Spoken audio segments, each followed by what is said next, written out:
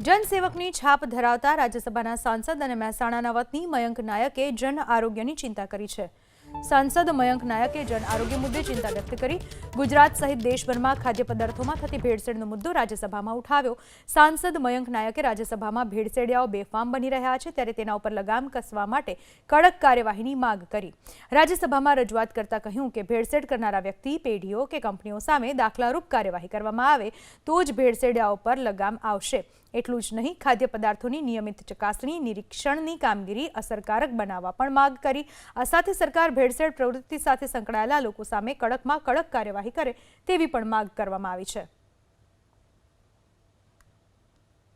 अत्यधिक प्रोसेस्ड खाद्य पदार्थ, अस्वास्थ्यकर खान पान और खाद्य पदार्थों में मिलावट के गंभीर प्रभावों को देखते हुए खाद्य सुरक्षा मानकों की सख्ती से पालन सुनिश्चित किया जाए।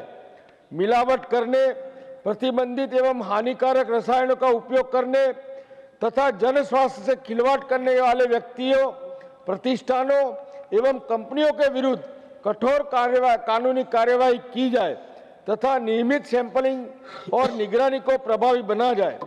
मेरा सरकार से अनुरोध है कि कैंसर की रोकथाम, जागरूकता एवं प्रारंभिक जांच के लिए व्यापक राष्ट्रीय अभियान प्रारंभ किया जाए।